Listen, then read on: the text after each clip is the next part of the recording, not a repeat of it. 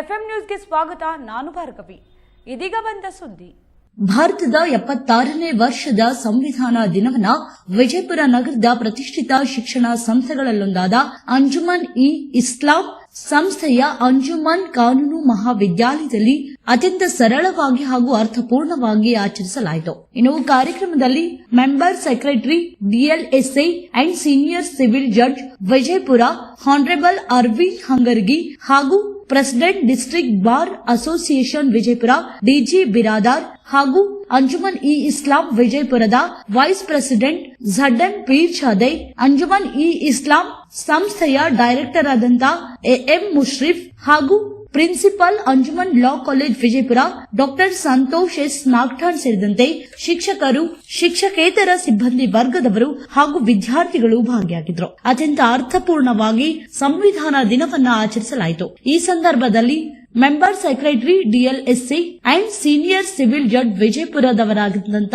ಅರವಿಂದ್ ಹಂಗರ್ಗಿ ಅವರು ಸಂವಿಧಾನ ದಿನದ ಕುರಿತು ವಿದ್ಯಾರ್ಥಿಗಳಿಗೆ ತಮ್ಮ ಅನಿಸಿಕೆಯನ್ನ ವ್ಯಕ್ತಪಡಿಸಿದರು. ಅದೇ ರೀತಿಯಾಗಿ ಪ್ರೆಸಿಡೆಂಟ್ ಡಿಸ್ಟ್ರಿಕ್ಟ್ ಬಾರ್ ಅಸೋಸಿಯೇಷನ್ ವಿಜಯಪುರದ ಶ್ರೀ ಡಿಜಿ ಬಿರಾದಾರ್ ಅವರು ಕೂಡ ಭಾರತದ ಸಂವಿಧಾನದ ಕುರಿತು ಹಾಗೂ ಕಾನೂನಿನ ಕುರಿತು ಕಾನೂನಿನ ವಿದ್ಯಾರ್ಥಿಗಳಿಗೆ ಅರಿವನ್ನ ಮೂಡಿಸಿದರು. ವಿಜಯಪುರ ನಗರದ ಅಂಜುಮನ್ ಇ ಇಸ್ಲಾಂ ಸಂಸ್ಥೆಯ ಅಂಜುಮನ್ ಕಾನೂನು ಮಹಾವಿದ್ಯಾಲಯದ ಪ್ರಾಂಶುಪಾಲರಾದ ಡಾಕ್ಟರ್ ಎಸ್ಎಸ್ ನಾಗ್ಠಾಣ್ ಅವರು ಕೂಡ ವಿದ್ಯಾರ್ಥಿಗಳಿಗೆ ಸಂವಿಧಾನ ದಿನದ ಕುರಿತು ಹಾಗೂ ಸಂವಿಧಾನವನ್ನು ಭಾರತದಲ್ಲಿ ಜಾರಿಗೊಳಿಸಿದ ದಿನದ ಕುರಿತು ಹಾಗೂ ಡಾಕ್ಟರ್ ಬಿಆರ್ ಅಂಬೇಡ್ಕರ್ ಅವರ ಕುರಿತು ಅತ್ಯಂತ ಅರ್ಥಪೂರ್ಣವಾಗಿ ವಿದ್ಯಾರ್ಥಿಗಳಿಗೆ ವಿವರಿಸಿದರು. ಇದೇ ಸಂದರ್ಭದಲ್ಲಿ ಕೆಎಸ್ಎಲ್ಯು ಮಹಾವಿದ್ಯಾಲಯಕ್ಕೆ 7ನೇ ರ್ಯಾಂಕ್ ಬಂದಂತ ರುಮಾನಾ ಎಂಬ ವಿದ್ಯಾರ್ಥಿನಿಯನ್ನ ಸನ್ಮಾನಿಸಿ ಗೌರವಿಸಲಾಯಿತು. ಈ ಸಂದರ್ಭದಲ್ಲಿ ಶಿಕ್ಷಕರು, ಶಿಕ್ಷಕೇತರ ಸಿಬ್ಬಂದಿ ವರ್ಗದವರು, ವಿದ್ಯಾರ್ಥಿಗಳು ಕಾರ್ಯಕ್ರಮದಲ್ಲಿ ಭಾಗಿಯಾಗಿದ್ದರು.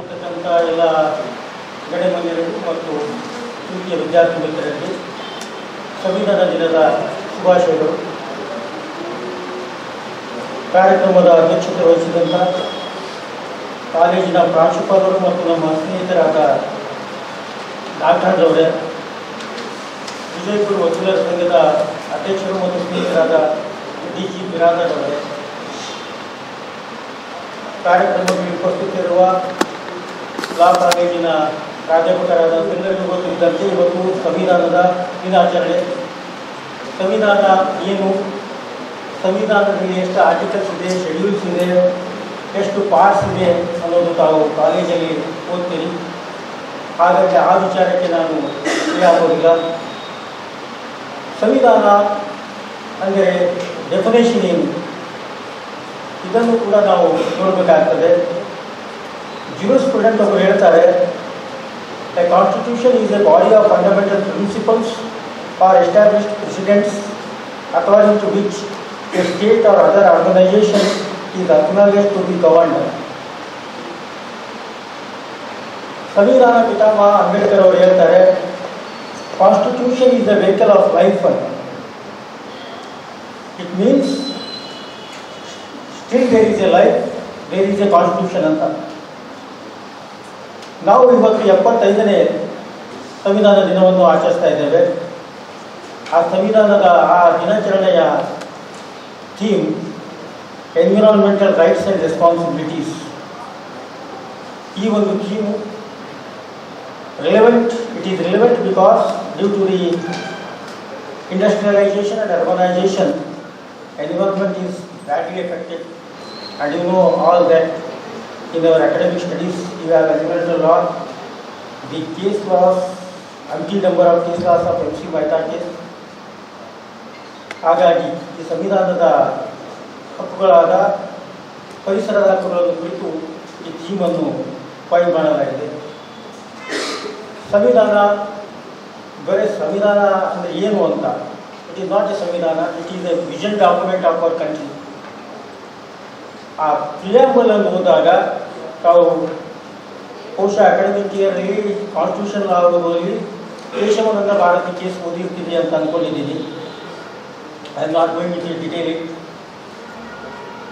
ಸಂವಿಧಾನದ ಪ್ರಸ್ತಾವನೆ ಓದಿದಾಗ ಮತ್ತು ಬೇರೆ ಕಾನೂನುಗಳು ಓದಿದಾಗ, ಈ ಸಂವಿಧಾನವನ್ನು ಓದಿದಾಗ ಪ್ರಿಯಾಂಬಲಲ್ಲಿ we the people of India having solemnly resolved to constitute India into sovereign, socialist, secular, democratic republic, and to secure all citizens justice, social, economic, political, liberty of thoughts, expression, belief, faith and worship, equality of status and opportunities, and to promote among them all fraternity, assuring the dignity of individual and unity and integrity of the nation. ಇದನ್ನೆಲ್ಲ ಹೇಳಿದ್ಮೇಲೆ last ಕೆಳಗೆ ಬರ್ತೀವಿ ನಾವು, do hereby adopt and enact to give our self. This is unique quality of constitution. ಈ ಕಾನೂನನ್ನು ನಾವು ಪ್ರತಿ ಪ್ರಜೆಗಳು ನಮ್ಮನ್ನು ನಾವೇ ಸಮರ್ಪಿಸಿಕೊಂಡಿದ್ದೇವೆ. ಬೇರೆ ಕಾನೂನಿನ ಪ್ರಿಯಾಂಬಲ್ ನೋಡಿದಾಗ be it enacted by parliament of India ಅಂತ. Here we are adopting the law directly by the citizens. He enacted by parliament and our elected representatives will enact the law. But constitution is indirectly elected or directly elected by the citizens of this country. ಈಗ ನಾವು 1950ರಿಂದ 2025ರವರೆಗೆ 106 ಅಮೆಂಡ್ಮೆಂಟ್ಸ್ಗಳನ್ನು ಮಾಡಿದ್ದೇವೆ. ಪ್ರಥಮ amendment K Gopalan ಕೇಸಲ್ಲಿ ಬರ್ತದೆ. ಕೊನೆಯ amendment ಕೂಡ ಆಗಿದೆ. 106 ಅಮೆಂಡ್ಮೆಂಟ್ನಿಂದ 136ನೇ ಅಮೆಂಡ್ಮೆಂಟ್ವರೆಗೂ ಬಿಲ್ಗಳು ಬಿದ್ದೋಗಿವೆ, gaps ಆಗಿವೆ, ಇಂದು ಕೂಡ ರೀಇಂಟ್ರಡ್ಯೂಸ್ ಆಗಿವೆ. ಆ ರೀಇಂಟ್ರಡ್ಯೂಸ್ ಆದರಲ್ಲಿ ಮಹತ್ವದ ಅಮೆಂಡ್ಮೆಂಟ್ಸ್ಗಳಂದರೆ one nation one election and limiting the office of prime minister, chief minister and council of ministers if they are involved in serious crimes and they are been in judicial custody for 90 days. Probably that bill may not be passed. The reasons you all know and I know, but other bills may get through, like one nation, one election, women's reservation bill, which has been lapsed for more times and reintroduced for more than 5 times. So there are several amendments which are pending before the parliament. Supreme Court has made its best contributions for development of law right from 1950, from A.K. Gopalan case to presidential reference in the last week. I request all the students, though it is not a prescribed case law for your academic studies of constitutional law, you have constitutional law, you have prescribed case law, Maneka Gandhi case, Air Hostess case, A.K. Gopalan case, Keshavananda Bharati case. But this presidential reference case is a 111-page judgment. The silver line is the Lakshman Rekha for the legislatures and the judiciary, where we must step back, where the legislature, where the executive and where the judiciary has to step back and not encroach upon each other's powers. There is a doctrine of separation of powers we do call in our administrative law and constitutional law. So it is a matter of proud that we have a written constitution. We have been showered with rights, shadowed with duties by amendment. But how far we have enjoyed our fundamental rights and how far we have performed our fundamental duties after the amendment and introduction of Article 51 capital A. In other words, I would like to say that it is a matter of introspection that from 1950 to 2025, the time we have spent and the distance we have travelled in protecting the fundamental rights and also in performing our fundamental duties. Jai Hind, Jai Samvidan. Thank you. ಅಮೆಂಡ್ಮೆಂಟ್ಗಳ ಆಗಲ್ಲ, ಇನ್ನೂ ಬಾಕಿ ಉಳಿದಿರುತ್ತೆ. ಬಾಕಿ ಉಳಿದಂದ್ರೆ ಒಂದು ಲೆಜಿಸ್ಲೇಷನಲ್ಲಿ 33% ಮಹಿಳೆಗೆ ಕೊಡಬೇಕು, ಅದು ಒಂದು ಬಾಕಿ ಉಳಿದಿದೆ. ಇದು ನಮ್ಮಲ್ಲಿ ಉಳಿದಿದೆ. ಟೋಟಲ್ ನಮ್ಮ ಸ್ಪೇಸಿದ್ದಾಗ 33% ಸುಪ್ರೀಂ ಕೋರ್ಟ್ ಆಲ್ರೆಡಿ ಹೋಗಿದ್ದಾರೆ. ಈ ರಾಜ್ಯ ವಕೀಲರ ಪರಿಸ್ಥಿತಿನ ಎಲೆಕ್ಷನ್ಗೆ 33% ಮಹಿಳೆಗೆ ಕೊಡೋದಂತಾರೆ. 20 ಮೆಂಬರ್ ಇರ್ತಾರೆ, ಅದನ್ನು ಕೊಟ್ಟಿರೋದ್ರೆ 7 ಮಂದಿ ಮಹಿಳೆ ಮೆಂಬರ್. ಅದಕ್ಕೆ ಸಂವಿಧಾನ ಬಾಬಾ ಸಾಹೇಬ್ ಅಂಬೇಡ್ಕರ್ ಪಿತಾಮಹ ಏನಿದ್ದಾರಲ್ಲ, ಅವರು ಒಂದು ಸಂವಿಧಾನವನ್ನು 19 ಮಾರ್ಗದಲ್ಲಿ ಬರದಿಟ್ಟು ಅಧಿಕರಿಸಿದ್ದು ನಾವು ಸಂವಿಧಾನವನ್ನು ಪಾಲನೆ ಮಾಡ್ಕೊಂಡು ಪೀಠಿಕೆ ಮಾಡ್ಕೊಂಡು ಬಂದಂಗ ಅಮೆಂಡ್ಮೆಂಟ್ ಮನಸ್ಸಿನ ಅಮೆಂಡ್ಮೆಂಟ್ ಮಾಡ್ತಾರೆ. ಯಾಕಂದ್ರೆ ಅವರು ಈಕ್ವಾಲಿಟಿ ಅವಾಗ ಬರಲಿಲ್ಲ ಪ್ರಕಾರ ಸಮಾನತೆ ಮಹಿಳೆಯರಿಗೋದ ಪುರುಷರಿಗೋದ ಅವಾಗಿಂದ ಸಮಾನತೆ ಈಗ ಅದು ಇಷ್ಟು ದಿನ ಅವರು ಜಾರಿಗೆ ಬೇಕಿಲ್ಲ.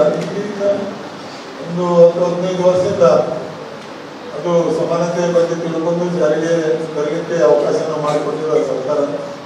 ಪ್ರತಿಯೊಂದು ಹುದ್ದೆಯಲ್ಲಿ ಆಗಲಿ ಇಲ್ಲೇ ಆಗಲಿ 33% ಮಹಿಳೆಯರಿಗೆ ಈಗಾಗಲೇ ಪಂಚಾಯತಿಯಲ್ಲಿ ಆಗಿದೆ, ಸೊಸೈಟಿಯಲ್ಲಿ ಆಗಿದೆ ಮತ್ತು ಜಡ್ಪಿಯಲ್ಲಿ ಆಗಿದೆ. ಅದಕ್ಕೆ ಯಾಕೆ ಮಹಿಳೆಯರು ಇವತ್ತಿನ ಮಟ್ಟಿಗೆ ಹೊರಗೆ ಬಂದು ಅವರು ಪುರುಷರಿಗದೆ ಕೆಲಸವನ್ನು ಮಾಡ್ತಾರೆ ಅಂದ್ರೆ ಅವ್ರಿಗೆ ಯಾಕೆ 33% ನಾವು ಸಮಾಜದಲ್ಲಿ ಕೊಟ್ಟಾರೆ ಅವರಂತೆ ಮೊದಲು ನನಗೆ ಅನಿಸಿದ ಆತ್ಮಪಟ್ಟಿ ಕೆಲಸ ಮಹಿಳೆಯರಟ್ಟು ಪುರುಷರು ಮಾಡೋದಿಲ್ಲ. ಯಾಕಂದ್ರೆ ನೋಡ್ರಿ ಇವತ್ತಿನ ಇದರಲ್ಲಿ ಬಿಜಾಪುರ ನಮ್ಮ ತಿಳಿದ ಪ್ರಕಾರ ನಾವು 10th ಇರುವಾಗ ಬಿಜಾಪುರ 39-40 ನಂಬರ್ ಆಗ್ತಿತ್ತು. ಇವತ್ತು ಬಿಜಾಪುರ ಲಾಸ್ಟ್ ಟೈಮ್ 3 ನಂಬರ್ ಆಗಿದೆ ರಾಜ್ಯದಲ್ಲಿ, ಅಂದ್ರೆ ಎಜುಕೇಶನ್ ಸೆಕ್ಷನ್ದಲ್ಲಿ. ಅದಕ್ಕೆ ನಾವು ಧಾರವಾಡ ನಂಬರ್ 1 ಅಂತಿದ್ವು, ಅದಕ್ಕಿಂತ ಹೆಚ್ಚಿಗೆ ಶಿಕ್ಷಣಗಳಾಗಿದ್ದಾವೆ. ಆಮೇಲೆ 9 ಕಾಲೇಜುಗಳು ಲಾ ಕಾಲೇಜ್ ಆಗಿದ್ದಾವೆ. ಈಗ ಕಾಲೇಜುಗಳು ಹೆಚ್ಚಿಗಾಗಿ ಮಾಡಿದ್ದು ಅದಕ್ಕೆ ಅಂತ ಒಂದು ಮೂಲಭೂತ ಸೌಕರ್ಯಗಳು ಎಲ್ಲ ಕಲಿಕೆಯಲ್ಲಿ ತೆಗೆದಲ್ಲ. ಇದು 47 ಅಲ್ಲಿ ಸ್ಟಾಫು ಇಲ್ಲ, ಕಾಲೇಜ್ ವಿದ್ಯಾರ್ಥಿಗಳು ಹೆಂಗಿಲ್ಲ. ಅದಕ್ಕೆ ಕಾಲೇಜ್ ಮಾಡಿದ್ರೆ ಏನಾದರೂ ಇನ್ಫ್ರಾಸ್ಟ್ರಕ್ಚರ್ ಡೆವಲಪ್ಮೆಂಟ್ಸ್, ಅದು ಒಳ್ಳೆಯ ಶಿಕ್ಷಣ ಕಲಿಸುವಂಥ ಲೆಕ್ಚರ್ಗಳು ಬೇಕು. ಅದ್ರ ತಕ್ಕ ವಿದ್ಯಾರ್ಥಿಗಳು ಎಲ್ಲರೂ ಈಗ ನಾನು ಲಾ ಆಗ್ತೇನಂದ್ರೆ ಅಲ್ಲ. ಯಾಕಂದ್ರೆ ಥಿಯರಿಗೆ ಮತ್ತು ಪ್ರಾಕ್ಟಿಕಲ್ಗೆ ಭಾಳ ಡಿಫ್ರೆಂಟ್ ಇದೆ. ನೀವು ಥಿಯರಿ ಓದಿ ಪಾಸ್ ಆದ್ರೆ ಅಲ್ಲಿ ಕೇಸ್ ಲಾ ನಡೆಸಬೇಕಂದ್ರೆ ಕೋಟಿ ಬಂದ ಅದಕ್ಕೆ ಭಾಳ ಡಿಫ್ರೆಂಟ್ ಆಗುತ್ತೆ. ಒಂದು ಒಳ್ಳೆಯ ವಿದ್ಯಾರ್ಥಿಯಾಗಿ ಹೊರಹೊಮ್ಮಿ ನಮ್ಮ ಬಿಜಾಪುರದ ಹಿಂದಕ್ಕೆ ಕೊಲ್ಹಾಪುರ ಡಾಕ್ಟರ್ ಭಾರಿ ಫೇಮಸ್ ಅಂತ ಹೇಳಿ ಹಿಂದ್ಕೊಂಡು ಕಡೆ ಮಾತದ ಬಿಜಾಪುರ ಹೋಗಿರುವಂಥ ಫೇಮಸ್ ರಾಜ್ಯದಾಗ ಇರುತ್ತೆ. ಯಾಕಂದ್ರೆ ಅದು ಸ್ವಲ್ಪ ಈಗ ಕೊರತೆ ಆಗಬೇಕು. ಒಳ್ಳೆಯ ವಿದ್ಯಾರ್ಥಿಗಳ ಒಳ್ಳೆಯ ವಕೀಲರು ಬಡವರಾಗ್ಯಾರ. ಅದಕ್ಕೆ ಹೆಚ್ಚಿನ ಕಾಲೇಜ್ ಮಾಡಿ ಕಾಡೋದಿಲ್ಲ. ರೆಗ್ಯುಲರ್ ಆಗಿ ಬಂದು ನೀವು ವಿದ್ಯಾರ್ಥಿಗಳೆಲ್ಲ ಅದನ್ನು ಲಾ ಕಲಿಬೇಕಂತ ಲಾ ಇನ್ ಎಂಪ್ಲಾಯ್ಸ್ ಅಂತಾರೆ. ಯಾಕಂದ್ರೆ ಕಲಿತರು ಕಾನೂನಿಗೆ ಓದಲೇಬೇಕು. ಅದಕ್ಕೆ ನಾವು ಒಂದೇ ಮಾತು ಅಂಜುಮನ್ ಲಾ ಕಾಲೇಜಿಂದ ಯಾರೋ ಇದೀಗ ರ್ಯಾಂಕ್ ಬಂದಿಲ್ಲ ಅದು ಕೇಳಿದ್ವು. ಇನ್ನಕ್ಕೆ ಅಂಜುಮನ್ ಅಂದ್ರೆ ನಮ್ಮ ದೋಸ್ತ ಅಂಜುಮನ್ ಅಂತಾರೆ. ಏನು ಅಂಜುಮನ್ ಓದಾನ್ ಬಿಡಪ್ಪ, ಅವ್ರೇನು ಬರ್ತದೆ ಅನ್ನೋದಿತ್ತು. ಈಗಿನ ಧಾರವಾಡದಲ್ಲಿ ಓದಿದವ್ರಂದ್ರೆ ಬೆಳಗಾವಿ ಮತ್ತು ಧಾರವಾಡ ಕಾಲೇಜ್ ಓದ್ಯಾರಂದ್ರೆ ಅವ್ರಿಗೊಂದು ಗೌರವದಲ್ಲಿ ಬೇರೆ, ಅಂಜುಮನ್ ಓದಿದವರು ಅಂತ ನಮ್ಮ ಈಗ ನಾವು ಅಡಗಿಸಿ ಹೋಗ್ಯದಂತ ಹೇಳಿ ಈ ವೇದಿಕೆ ಮುಖಾಂತರ ಹೇಳಿದ್ವಿ. ಯಾಕಂದ್ರೆ ನಮ್ಮ ಒಂದು 6 ತಿಂಗಳ ಪ್ರಾಕ್ಟೀಸ್ ಸರ್ಕಾರ ಬಿಡೋರು ಅವರು ಎಲ್ಲ ಒಳ್ಳೆ ಪ್ರಾಧ್ಯಾಪಕರ ಬಂದ ಮೇಲೆ ಅಂಜುಮನ್ ಲಾ ಕಾಲೇಜಿಗೆ ಒಂದು ಜನತೆ ಗೌರವವನ್ನು ಹೆಚ್ಚಿಗೆ ಮಾಡಿದ್ದಾರೆ. ಅದಕ್ಕೆ ಸಂವಿಧಾನ ನಮಗೆ ಬಾಬಾ ಸಾಹೇಬ್ ಅಂಬೇಡ್ಕರ್ ಅವರು ಒಂದು ದೊಡ್ಡ ಕೊಡುಗೆಯನ್ನು ಮಾಡಿದ್ದಾರೆ. ಇದು ಮೊದಲ ಸಂವಿಧಾನ ದಿನಾಚರಣೆ ಮಾಡ್ತಿದ್ದಲ್ಲ, 2015ರಿಂದ ಆಚರಣೆಯಾಗಿ ಮಾಡಿ ಪ್ರತಿಯೊಂದು ಸಂಸ್ಥೆಯಲ್ಲಿ ಮತ್ತು ಕೋರ್ಟ್ ಕಲಾಪಗಳಲ್ಲಿ ಆಚರಣೆ ಮಾಡಿದ್ದಾರೆ. ಯಾಕಂದ್ರೆ ಮಾಡಬೇಕಿತ್ತು. ನಮ್ಮ ದೇಶದ ಒಂದು ಮೂಲ ಪಿತಾಮಹ ಬಾಬಾ ಸಾಹೇಬ್ ಅಂಬೇಡ್ಕರ್ ಅವರಿಂದ ಸಂವಿಧಾನವನ್ನು ನಾವು ಎಷ್ಟು ಅಚ್ಚುಕಟ್ಟಾಗಿ ಅದನ್ನು ಪೀಠಿಕೆಯನ್ನು ಮಾಡ್ಕೊಂಡು ಹೋಗ್ತೀವಿ, ಜೀವನದಲ್ಲಿ ಅಳವಡಿಸ್ಕೊಂಡು ಹೋಗ್ತೀವಿ, ಅದು ನಮಗೆ ರಾಜ್ಯದಲ್ಲಿ ಒಳ್ಳೆಯ ಸಮಾಜ ವ್ಯಕ್ತಿತ್ವ ಗೌರವವನ್ನು ತಂದು ಕೊಡ್ತದೆ. ಮತ್ತು ನಮಗೆ ಪ್ರತಿಯೊಂದಕ್ಕೂ ಕಾನೂನದಾವೆ. ಈಗ ನಮ್ಮ ಪರ್ಮನೆಂಟ್ ಲೋಕ ಅದಾಲತ್ ಇದ್ದಿದ್ದಲ್ಲಿ ನಮ್ಮಲ್ಲಿ ನಾಳೆ ಬರುವ 29ಕ್ಕೆ ಪರ್ಮನೆಂಟ್ ಲೋಕ ಅದಾಲತ್ ಅಂದ್ರೆ ಒಂದು ಬೀದಿ ಬಲಕುಗಳಾಗಲಿ ಕಸದಲ್ಲಿ ಪ್ರತಿಯೊಂದಕ್ಕೂ ಅರ್ಜಿ ಆ ಲೋಕದಲ್ಲಿ ಇಲ್ಲೇ ನಮ್ಮ ಬಿಜಾಪುರದಲ್ಲಿ ಒಂದು 3 ತಿಂಗಳಿಗೆ 2 ದಿವಸ ಕೊಟ್ಟಿದ್ದಾರೆ. ಆ ನ್ಯಾಯಾಧೀಶರಿಗೆ ಬಂದ ನೀವು ಒಂದು ಅರ್ಜಿ ಕೊಟ್ಟಿದ್ರೆ ನಿಮ್ಮ ಓಣಿಯಲ್ಲಿ ಏನೇ ಒಂದು ಕಸ ಒಯ್ಯಲಿಕ್ಕಂದ್ರೆ ಯಾವುದೋ ಒಂದು ಅರ್ಜಿ ಕೊಟ್ಟರೆ ಅದಕ್ಕೆ ಅಪೀಲೇ ಇಲ್ಲ. ಅದು ಇಮಿಡಿಯೇಟ್ ಅವ್ರು ಕರೆಸಿ ಅದನ್ನೆಲ್ಲ ಅವರಿಗೆ ಪೆನಾಲ್ಟಿನೂ ಹಾಕಿ ಅವ್ರಿಗೆ ನಿಮಗೆ ನ್ಯಾಯ ಒದಗಿಸಿಕೊಡ್ತಾರೆ. ನಾವು ವಿದ್ಯಾರ್ಥಿಗಳು ಹೇಳ್ತೀನಿ, ಮುಂದೆ 29ನೇ ತಾರೀಕಿಗೆ ನ್ಯಾಯಾಲಯ ಚಲೋ ಆಗ್ತದೆ. ಅದನ್ನು ನಮ್ಮಲ್ಲಿ ಅವರೇ ಬಿಜಾಪುರದವರೇ SL ಚವಾನ್ ಅಂತೇಳಿ ಡಿಸ್ಟಿಕ್ ಜಡ್ಜ್ ಅವರಿಗೆ ಅದು ಗುಲ್ಬರ್ಗದಲ್ಲಿ ಅವರೇ ಅದಾರ, ಪ್ರಮಾಣ ಯೋಗ ಅವರೇ ಬರ್ತಾರೆ. ಅದಕ್ಕೆ ನಾವು ವಕೀಲರೇ ಕೊಡ್ಬೇಕಂತೇನಿಲ್ಲ, ನಾವು ಒಂದು ಅರ್ಜಿ ಬರೋದು ಕಿಸಿಂದಲ್ಲಿ ಕೊಟ್ಟೋದ್ರೆ ಅವ್ರು ಕರೆಸ್ತಾರೆ, ನಿಮ್ಮನ್ನು ಕರೆಸ್ತಾರೆ. ಕರೆಸಿ ಕಿಸಿಂದ ಪ್ರತಿಯೊಂದು ಅಂಗಡಿಯಲ್ಲಿ ಯಾವುದೇ ನೀವು ವ್ಯವಹಾರ ಕನ್ಸ್ಯೂಮರ್ ಎಲ್ಲ ಏನು ಕನ್ಸ್ಯೂಮರ್ ಕೋರ್ಟಿಗೆ ಕೇಸ್ ಹಾಕಿಬಿಟ್ಟ ಇಲ್ಲಿ ನಮ್ಮ ಪರ್ಮನೆಂಟ್ ಲೋಕದಲ್ಲಿ ಒಂದು ಅರ್ಜಿ ಕೊಟ್ಟಂದ್ರೆ ವಿಚಾರಣೆ ಮಾಡಿ ನಿಮ್ಗೆ ನ್ಯಾಯ ದೊರಕಿಸ್ಕೊಡ್ತಾರೆ.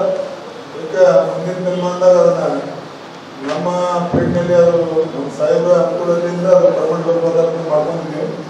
ಅದನ್ನ ಮುಂದೆ ಇಲ್ಲೇ ನಮ್ಮ ಅವಧಿ ಒಳಗೆ ಇಲ್ಲೇ ಪರ್ಮನೆಂಟ್ ಆಗಬೇಕು. ಹೆಚ್ಚಿಗೆ ಕೇಸ್ ಫೈಲ್ ಮಾಡಿದ್ರಿಂದ ಬಿಜಾಪುರಕ್ಕೆ ಪರ್ಮನೆಂಟ್ ಲೋಕದಲ್ಲಿ ಕೊಡ್ತಾರೆ. ಅದು ಒಂದು ಹೆಚ್ಚಿಗೆ ಕೋರ್ಟ್ ಆಗ್ತದೆ ನಮ್ಮಲ್ಲಿ ಅಂತೇಳಿ ತಾವು ಏನು ವಿದ್ಯಾರ್ಥಿಗಳು ಮುಂದಿನ ದಿನಮಾನದಾಗ ನೀವೇನು ಪಾಸ್ ಆಗಿ ಬರ್ತಿಲ್ಲ, ಭವಿಷ್ಯದ ವಕೀಲರು ಹೆಂಗೆ ಇರಬೇಕು ಅಂದ್ರೆ ಹಿಂದಿನ ಏನು ಬಿಜಾಪುರ ಎಸ್ ಪಾಟೀಲ್ ಅಂತ ನಮ್ಮಲ್ಲಿ ಕ್ರಿಮಿನಲ್ ಕೇಸ್ ನಡೆಸಿದ ವಕೀಲರು, ಅವರು ಕೇಸ್ ಹೆಂಗಂದ್ರೆ ಅವ್ರ ಕೇಸ್ ಚಾಲೂ ಆಗಂದ್ರೆ ಮೇಡಮ್ ಅವ್ರಿಗೆ ಹೋಗ್ತದ ಒಂದು 50 ಮಂದಿ ವಿದ್ಯಾರ್ಥಿಗಳು ಕೇಳೋದು ಬರೀ ಕೋರ್ಟ್ ಕೇಸ್ ಚಾಲೂ ಆಗ ಅವ್ರು ಯಾವಾಗೂ ಒಂದು ಹೋಟೆಲ್ ಕೇಸ್ ನಡೆಸಿಲ್ಲ, ಫುಲ್ ಕಾಂಟ್ರಾಕ್ಟ್ಶಿಪ್ ಕೇಸೇ ನಡೆಸೋರು. ಮೆಡಿಕಲ್ ಜುಡಿಷಿಯರಿ ಆಮೇಲೆ CPC ಮತ್ತು CRPC ಅವರಂತ ಪರ್ಫೆಕ್ಟ್ ಇದ್ದವ್ರು ಯಾರು ಅಲ್ಲ. ಇನ್ನೂ ತನ ಅವ್ರ ಹೆಸರು ಹಾಕಿಲ್ಲ. ಸುಪ್ರೀಂ ಕೋರ್ಟ್ ಹೋಗಿ ಅಗ್ರಿಮೆಂಟ್ ಮಾಡಿರ್ತಾರೆ. ಅವರು ನಾನಾ ಕೇಸುಗಳು ಎಷ್ಟೋ ಬಿಡುಗಡೆ ಮಾಡಿ ಅದರಲ್ಲೇ ಅವರಿಗೆ ಕ್ರಾಸ್ ಆ ರೀತಿ ಕೇಳ್ತಿದ್ರು. ಅವರು ಇವತ್ತು DSP ಆದರೆ ಅವ್ರ ಮುಂದೆ ಕ್ರಾಸ್ ಕೇಳಾದ್ರೆ ಅವರಿಗೆ ಆನ್ಸರ್ ಮಾಡೋಕ್ಕಾಗಿಲ್ಲ. ಹಂಗೆ ನಾವು ವಿದ್ಯಾರ್ಥಿಗಳು ಮುಂದಿನ ದಿನಮಾನದಾಗ ಏನಾಗ್ತದೆ, ವಕೀಲ ವೃತ್ತಿ ಮಾಡೋದಂದ್ರೆ ಒಂದು ಸಮಾಜಕ್ಕೆ ಒಳ್ಳೆಯ ಹೆಸರು, ಅದರ ಹಣ ಬರುತ್ತೆ. ಅದರಿಂದ ಏನು ಒಂದು 8 ವರ್ಷ ಪೆಟ್ಟೆ ಆದ್ಮೇಲೆ ಹಣ ಅಂದ್ರೆ ಹಣದಿಂದ ನಾವು ಇರಬಾರ್ದು, ಅದು ನಮ್ಮಿಂದ ಹಣ ಇರಬೇಕು ಅಂತೇಳಿ ಹೀಗೆ. ಯಾಕಂದ್ರೆ ನಮ್ಮಲ್ಲಿ ಕ್ರಿಮಿನಲ್ ಸೀಲ್ ಮಾಡುವ ವಕೀಲರು ಆ ಕಡಿಮೆ ಲ್ಯಾಂಡ್ ಅಕ್ವಿಸಿಷನ್ ಕೇಸ್ ಹೆಚ್ಚಾಗಿದಾವ, ಆಮೇಲೆ ಎಮಿಷನ್ ಹೆಚ್ಚಾಗಿದೆ. ಹೀಗಾಗಿ ಕ್ರಿಮಿನಲ್ ಸೀಲ್ನಲ್ಲಿ ಆ ರೀತಿ ಹಿಂದಿನ ನಮ್ಮ ಸೀನಿಯರ್ ಅಂಬೇಡ್ಕರ್ ಅಂತ ಸೀಲ್ ಆಗಿ ಅಂಬೇಡ್ಕರ್ ಆಗಿ ಇವತ್ತು ಮಂಟನ್ ಅವರಾಗಲಿ ಕಂಸಾಲೆ ಅವರಾಗಲಿ ಒಳ್ಳೆಯ ಸಿವಿಲ್ ನಡೆಸುವಂತ ಹಂಗೆ ತಾವು ವಿದ್ಯಾರ್ಥಿಗಳು ಮುಂದಿನ ನಿರ್ಮಾಣದಾಗ ಹೆಸರನ್ನು ತರಬೇಕು. ಮತ್ತು ಅಂಜುಮನ್ ಲಾ ಕಾಲೇಜ್ ಇನ್ನೂ ಹೆಚ್ಚಿಗೆ ಹೋಗ್ತಾನಂತ ಹೆಸರು ಹೋಗ್ಬೇಕಂತೇಳಿ ವೇದಿಕೆ ಮುಖಾಂತರ ನನಗೆ ಮಾತಾಡಲಿಕ್ಕೆ ಅವಕಾಶ ಕೊಟ್ಟಿರ್ತಾರೆ. ಸಂವಿಧಾನ ದಿನಾಚರಣೆಯನ್ನು ನಾವು ಆಚರಿಸ್ತಾ ಇದ್ದೇವೆ. ಅದೇ ರೀತಿಯಾಗಿ ಅಭಿವೃದ್ಧಿ ಸಾಹೇಬರಾಗಲಿ ಮತ್ತು DG ಸಾಹೇಬರಾಗಲಿ ಸಂವಿಧಾನ ಬಗ್ಗೆ ಆಲ್ರೆಡಿ ಹೇಳಿದ್ದಾರೆ, ಅದನ್ನ ಮತ್ತೆ ರಿಪೀಟ್ ಮಾಡೋದಿಲ್ಲ. ಒಂದು ಮಾತಿಷ್ಟೇ, ಇವತ್ತು ನಾವೇನು ಸಂವಿಧಾನದ ಪ್ರಸ್ತಾವನೆ ಪ್ರಿಯಾಂಬಲ್ ಆಫ್ ದ ಕಾನ್ಸ್ಟಿಟ್ಯೂಷನ್ ಅನ್ನು ಏನು ನಾವು ಇವತ್ತು ಓದಿದ್ದೀವಿ, ಇದು ಯಾವ ರೀತಿ ಐತಪ್ಪ ಅಂತಂದ್ರೆ ಇಡೀ ಸಂವಿಧಾನದ ಬಗ್ಗೆ ಹೇಳ್ತಾ ಇದೆ. ಅಂದ್ರೆ ಇದು ಮನೆ ಕಂಪೌಂಡ್ ಹ್ಯಾಂಗ್ ಆಗ್ತೀವಿ ಆ ರೀತಿ ಕಂಪೌಂಡ್ ಇಂದ ಪ್ರಿಯಾಂಬಲ್ ಆಫ್ ದ ಕಾನ್ಸ್ಟಿಟ್ಯೂಷನ್ ಅಂದ್ರೆ ಇದನ್ನ ಬಿಟ್ಟು ಶಾಸಕಾಂಗದವರಾಗಲಿ ಕಾರ್ಯಾಂಗದವರಾಗಲಿ ಹೋಗ್ಲಿಕ್ಕೆ ಸಾಧ್ಯ ಇಲ್ಲ. ಅದೇ ರೀತಿ ನಾವು ನ್ಯಾಯಾಂಗವನ್ನ ಗಾರ್ಡಿಯನ್ ಆಫ್ ದ ಕಾನ್ಸ್ಟಿಟ್ಯೂಷನ್ ಅಂತ ಕರಿತೀವಿ. ಸಂವಿಧಾನದ ರಕ್ಷಕ ನಮ್ಮ ಸರ್ವೋಚ್ಚ ನ್ಯಾಯಾಲಯ ಎಷ್ಟೋ ಸಂದರ್ಭದಲ್ಲಿ ಶಾಸಕಾಂಗದವರು ಮಾಡಿದಂತ ಕಾನೂನುಗಳನ್ನ ಅಸಂವಿಧಾನ ಅಂತ ಹೇಳ್ತೀರಿ ಡಿಕ್ಲೇರ್ ಮಾಡಿದಂತ ಸಾಕಷ್ಟು ಉದಾಹರಣೆಗಳು. ಇದ್ರ ಬಗ್ಗೆ ಹೆಚ್ಚಿಗೆ ನಾನು ಮಾತಾಡಲಿಕ್ಕೆ ಹೋಗೋದಿಲ್ಲ, ಆಲ್ರೆಡಿ ಈಗೆಲ್ಲ ಸಾಹೇಬರು ಹೇಳಿದ್ದಾರೆ. ಆಮೇಲೆ ಇನ್ನೊಂದು, ಈ ವರ್ಷದ ಸಂವಿಧಾನ ದಿನಾಚರಣೆ ಥೀಮ್ ಎನ್ವಿರಾನ್ಮೆಂಟಲ್ ರಿಲೇಟೆಡ್ ಅದ. ಈ ಒಂದು ಪರಿಸರವನ್ನು ರಕ್ಷಣೆ ಮಾಡೋದು ಸಂವಿಧಾನದ ಅನುಚ್ಛೇದ 21ರಲ್ಲಿ ಸ್ಪಷ್ಟವಾಗಿ ಸರ್ವೋಚ್ಚ ನ್ಯಾಯಾಲಯ ಹೇಳಿಬಿಟ್ಟது. Right to environment is a part of fundamental right to life. So ಆದ್ದರಿಂದ ಇವತ್ತಿನ ಈ ಸಮಾರಂಭಕ್ಕೆ ಆಗಮಿಸಿದಂತ ಅತಿಥಿಗಳಿಗೆ, ಅದೇ ರೀತಿ ಇವತ್ತ ಸನ್ಮಾನಿತರಾದಂತಹ ರುಮಾನ ಅವರಿಗೆ ನಾನು ಇನ್ನೊಮ್ಮೆ ಅಭಿನಂದನೆಗಳನ್ನು ಸಲ್ಲಿಸ್ತೀನಿ. ರುಮಾನ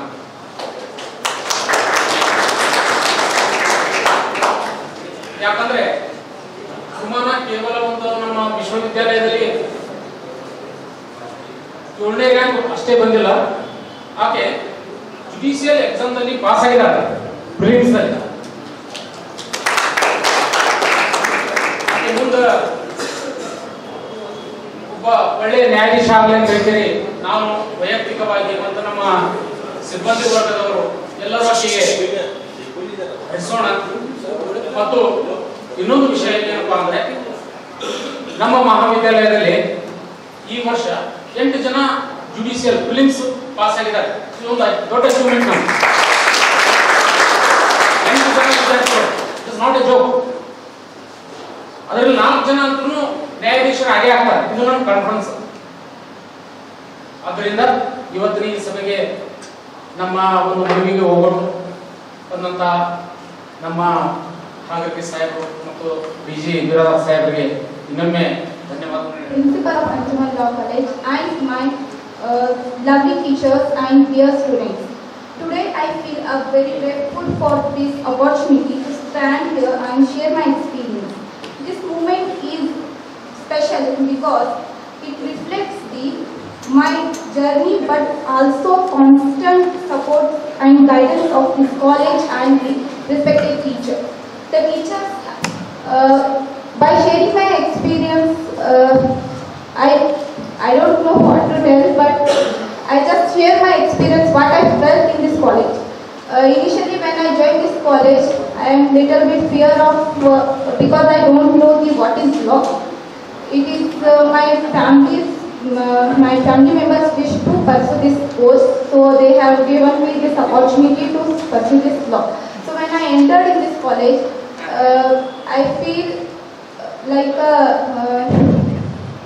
ಒಂದು ಹೊಸದಾದಂಥ ಜರ್ನಿ ಸ್ಟಾರ್ಟ್ ಆಗಿದೆ ನನಗೆ. ನಾನು ಯಾವ್ಯಾವ ಕ್ಲಾಸ್ ಅಟೆಂಡ್ ಮಾಡಿದ್ದೆ ಅದನ್ನು ತಿಳ್ಕೊಳ್ಳಿಕ್ಕೆ ಫಸ್ಟ್ ಯೂಶ್ವಲಿ ಎಲ್ಲರಿಗೂ ಟೈಮ್ ಇಡುತ್ತೆ law profession, because it's very beautiful profession. ಅದು ನಾವು ಕಲಿತ ಮೇಲೆ ಗೊತ್ತಾಗುತ್ತೆ ಇದು ಏನಿದೆ ಅಂತ ಹೇಳಿ. ಆದರೆ ಇನಿಷಿಯಲ್ದಲ್ಲಿ ಎಲ್ಲರೂ ಹೇಳ್ತಾರೆ ಲಾ ಡಿಫಿಕಲ್ಟ್ ಇದೆ, ಸ್ವಲ್ಪ ಎಸ್ ಇಟ್ ಇಸ್ ಡಿಫಿಕಲ್ಟ್ ಇದೆ, ಆದರೆ ಅದನ್ನು ನಾವು ಡಿಫಿಕಲ್ಟ್ ಮಾಡ್ಕೊಳ್ಳಾರ್ದೇ ಅದನ್ನು ಓದ್ಕೊಳ್ತಾ ಹೋದ್ರೆ it is very easy and it is very beautiful. ಆದ್ರೆ ನಾನು ಫೀಲ್ ಮಾಡ್ಕೊಂಡಿದ್ದಂದ್ರೆ ಎಲ್ಲರೂ ಈ ಕಾಲೇಜ್ನಲ್ಲಿ ನಾನು ಸ್ಟಡಿ ಮಾಡೋದ್ನಾಗ ನನಗೆ ಯಾವುದೇ ರೀತಿ ಆದಂತಹ ಪ್ರಾಬ್ಲಮ್ಸ್ಗೆ ಸಪೋರ್ಟಿವ್ ಆಗಿ ಈ ಕಾಲೇಜ್ ಸ್ಟ್ಯಾಂಡ್ ಆಗಿದೆ. ಯಾಕಂದರೆ ನನ್ನ ಲೈಫ್ನಲ್ಲಿ ನಾನು ಫಸ್ಟ್ ಫಾಲೋ ಮಾಡೋದು ಆಲ್ವೇಸ್ ರೆಸ್ಪೆಕ್ಟ್ ಯುವರ್ ಟೀಚರ್. ನಾನು ಫಾಲೋ ಮಾಡ್ತೀನಿ. ಬಟ್ ನಿಮಗೆಲ್ಲರಿಗೂ ನಾನು ಇದನ್ನು ಹೇಳೋದಂದರೆ ನಾವು ಏನೋ ಓದ್ಲಿ, ಯಾರಿಂದ ಒಂದು ಅಕ್ಷರನೂ ನಾವು ಪಡ್ಕೊಳ್ಳಿ, first respect your teachers, because they are also equal to your parents. ನಾವು ಯಾವ ರೀತಿ ನಮ್ಮ ಪೇರೆಂಟ್ಸ್ಗೆ ರೆಸ್ಪೆಕ್ಟ್ ಮಾಡ್ತೀವಲ್ಲ ಮನೆಯಲ್ಲಿ, ಅದೇ ರೀತಿ ನಾವು ಟೀಚರ್ಸ್ಗೂ ಕೂಡ ಕಾಲೇಜ್ನಲ್ಲಿ ರೆಸ್ಪೆಕ್ಟ್ ಮಾಡಬೇಕು. ಎಲ್ಲಿವರೆಗೆ ನಾವು ಅವರಿಗೆ ರೆಸ್ಪೆಕ್ಟ್ ಮಾಡಲ್ಲ, ನಮಗೆ ಅದು ಹೇಳ್ತಾರಲ್ಲ Saraswati will not get into our mind. So first of all respect your teacher. Students ಕಡೆಯಿಂದ ಕೆಲವೊಂದು ತಪ್ಪಾಗಿರ್ತವೆ, ಸ್ಟೂಡೆಂಟ್ಸ್ ಅದು ನಾವು ಎಕ್ಸ್ಪ್ರೆಸ್ಸು ಮಾಡಿರ್ತೀವಿ. ಸ್ಪೆಷಲಿ ನಾನೇ ಇವತ್ತು ಬೆಳಿಗ್ಗೆ ಬಂದ ಮೇಲೆ ಸ್ವಲ್ಪ ರೂಡ್ಲಿ ಆಗಿ ಮಾತಾಡೀನಿ ಟೀಚರ್ಸ್ಗೆ. I am very sorry. ನಾನು ಹಾರ್ಟ್ಫುಲ್ನಿಂದ ಸಾರಿ ಕೇಳ್ತಾ ಇದ್ದೀನಿ. First forget me, because if it is in my mind I can not pursue for my further studies also. Even I am feeling very guilty for my behavior. So first of all, I am very sorry for that. So ಈ journey ಬಗ್ಗೆ ಹೇಳಬೇಕಾದ್ರೆ ನಾನು ಈ ಪ್ರೊಫೆಷನನ್ನು quit ಮಾಡಬೇಕು, ನಡುನಲ್ಲಿನೇ drop out ಮಾಡಬೇಕಂತ ಹೇಳಿ ಹಲವಾರು ಸತಿ ನನ್ನ ತಲೆಯಲ್ಲಿ ವಿಚಾರ ಬಂದಿತ್ತು. ಅದನ್ನು ಇಂಪ್ಲಿಮೆಂಟು ಕೂಡ ನಾನು ಐ ಥಿಂಕ್ ಸೆಕೆಂಡ್ ಇಯರ್ ನನ್ನ ಅಡ್ಮಿಷನ್ನಲ್ಲಿ ನಾನು ಟ್ರೈನು ಮಾಡಿದ್ದೀನಿ. ಯಾಕಂದರೆ ನನಗೆ ಇದು ಲಾ ಪ್ರೊಫೆಷನ್ ಬಿಡಬೇಕನ್ನೋದು ಒಂದು ಸಂದರ್ಭ ಬಂದಿತ್ತು. ಅದನ್ನು ನಾನು ಎಷ್ಟು ಟ್ರೈ ಮಾಡಿದ್ರೆ, ಆದರೆ ನಮ್ಮ ಟೀಚರ್ಸ್ ಆಗಿರೋಂಥ ಈ ಕಾಲೇಜ್ನವರು ಅವ್ರು ಏನು ಮಾಡಿದ್ರು, ನನಗೆ ಈ ಪ್ರೊಫೆಷನನ್ನು ಬಿಡಲಿಕ್ಕೆ ಕೊಡಲಿಲ್ಲ. They always supported me, they given a lot of hope. They encourage me in a such a way that like encouraging their own child. ಅವರು ತಮ್ಮ ಓನ್ ಚೈಲ್ಡ್ಗೆ ಹೆಂಗೆ ಯಾವ ರೀತಿ ಎನ್ಕರೇಜ್ ಮಾಡ್ತಾರ ಆ ರೀತಿ ನನಗೆ ಎನ್ಕರೇಜ್ ಮಾಡಿದ್ರು. Every student will get inspiration from someone. So my first inspiration is my mother, because I learned many things from her sacrifices, her time which she has given us. and her everything which I learn. And second thing from my teachers. See, ನಾವು ಏನು ತಿಳ್ಕೊತೀವಿ, teachers ಆಯ್ತು ಪಾಠ ಮಾಡಿ ಹೋಗ್ತಾರ, ಮುಗೀತು, ಅವ್ರ ಕೆಲಸ ಅವ್ರ ಡ್ಯೂಟಿ ಮುಗಿಸ್ಕೊಂಡು ಹೋಗಿದ್ದಾರೆ ಅಂತ ಹೇಳಿ ನಾವು ತಿಳ್ಕೊತೀವಿ. ಬಟ್ ಇನ್ಫ್ಯಾಕ್ಟ್ ರಿಯಾಲಿಟಿ ಏನಂದ್ರೆ ಟೀಚರ್ಸ್ ನಮಗೆ ಅಷ್ಟೇ ಪಾಠ ಹೇಳಿ ಹೋದ್ಮೇಲೆ ಅವ್ರ ತಲೆಯಲ್ಲಿನೂ ಒಂದು ಏನಿರುತ್ತೆ, ನಾವು ಕಲಿಸಿರುವಂಥ student something they should achieve in their life, they should stand in somewhere that they can identify themselves by their own name just because of their knowledge. ಆ ನಾಲೆಜ್ ನಮಗೆ ಬರಬೇಕಂತ ಮಾಡೋರೇ ನಮ್ಮ ಟೀಚರ್ಸ್. ನಮಗೆ ನಾಲೆಜ್ ಬರ್ತಿರ್ಲಿಲ್ಲ, ನಾವು ನಾಲೆಜ್ ಬಂದಿದೆ ಅಂತ ಹೇಳಿ ಸಮ್ಟೈಮ್ಸ್ ಏನಾಗಿದೆ, ಇಲ್ಲ ಆಯ್ತು ಬಿಡು ಟೀಚರ್ಸ್ ಕಲಿಸೋಗ್ಯಾರ. ಈಗ ಈ ಪ್ರೊಫೆಷನ್ಗೆ ಆಲ್ಮೋಸ್ಟ್ ಬರೋರೆಲ್ಲ ನಾವು ಡಿಗ್ರಿ ಮುಗಿಸ್ಕೊಂಡೇ ಬರೋರು. ಇಲ್ಲಿ it means some maturity we have at that in this profession. ಬಂದ್ಮೇಲೂ ಕೆಲವ್ರು ಏನು ಮಾಡ್ತಾರೆ, ಇಲ್ಲ ಟೀಚರ್ಸ್ ಆಯ್ತು ಕಲ್ತಾರೆ, ಅವ್ರು ಏನು ಹೇಳ್ತಾರೆ, ಇದನ್ನು ಓದ್ರಿ ಅದನ್ನು ಓದ್ರಿ, ಆಯ್ತು ಓದು ಅಂತೇಳಿ ಹೇಳ್ತಾರೆ ಬರೀ. ಆದ್ರೆ ಅದು ಎದಕ್ಕೆ ಓದಂತ ಹೇಳ್ತಾರೆ, ನೀವು ಈ ಲೈಫ್ ಈ 3 years ಜರ್ನಿ ಮುಗಿದ್ಮೇಲೆ ನಮ್ಗೆ ಗೊತ್ತಾಗ್ತದೆ ಎದಕ್ಕೆ ಓದಂತ ಹೇಳ್ತಿದ್ರು, ಯಾವ ರೀಸನ್ ಅವ್ರು ಓದಂತ ಹೇಳ್ತಿದ್ರು. ಈಗ ನಮ್ಮ ಆನರೇಬಲ್ ಇವರು ಚೀಫ್ ಗೆಸ್ಟ್ ಆಗಿರುವಂಥ DG ಬಿರಾದಾರ್ ಅವ್ರು ಹೇಳಿದ್ರು, theoretical life is different and practical life is different. Yes of course ನಾವು ಕೂಡ ನಾನು ಸ್ಟಡಿ ಮಾಡೋದ್ರಾಗ ಏನು ತಿಳ್ಕೊಂಡಿದ್ದೆ, as by reading this all laws, that is 32 laws which we read in this our 3 years ಜರ್ನಿ, ನನಗೇನು ಅನಿಸ್ತು, ಆಯ್ತು ಇಷ್ಟೇ ಅಲ್ಲ ಲಾ ಓದಿವಿ ತಿಳ್ಕೊಂಡಿವಿ ಮುಗೀತು.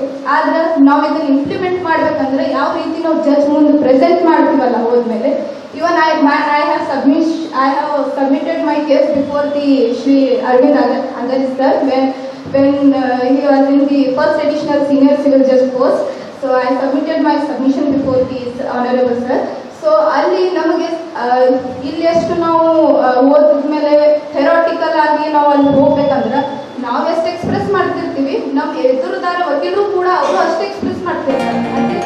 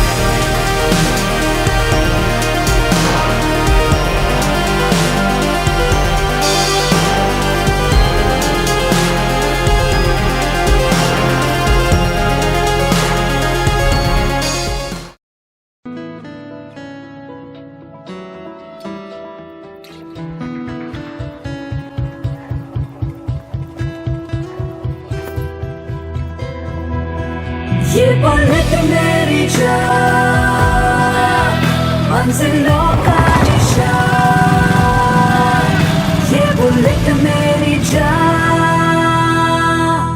ಹಬ್ಬಗಳ ಪ್ರಯುಕ್ತ ಗುಮ್ಮಟ ನಗರಿಯಲ್ಲಿ ರಾಯಲ್ ಎನ್ಫೀಲ್ಡ್ ಸ್ಟೈಲಿಶ್ ಬೈಕ್ ಖರೀದಿ ಬಲೆ ಜೋರು.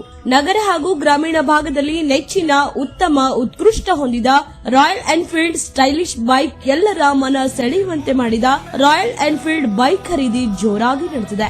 ಅಷ್ಟೇ ಅಲ್ಲ, offers, riding accessories up to 40% discount offer ಕೂಡ ಇದೆ.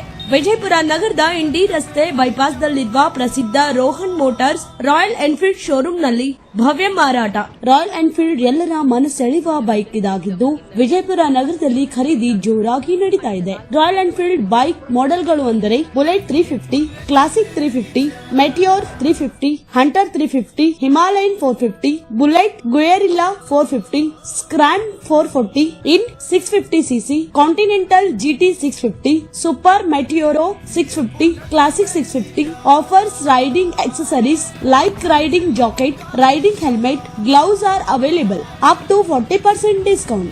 All bike accessories are available up to 20% discount. Best service and fast service available here. ಇನ್ನೇಕೆ ತಡ, ರಾಯಲ್ ಬೈಕ್ ಖರೀದಿಸಿರಿ, ರಾಯಲ್ ಜೀವನ ಆನಂದಿಸಿರಿ. ಸ್ಥಳ Royal Enfield's Rohan Motors, Indi bypass, Malbagayat, NH13, Solapur Chitradurga highway, Indi ರಸ್ತೆ, ವಿಜಯಪುರ.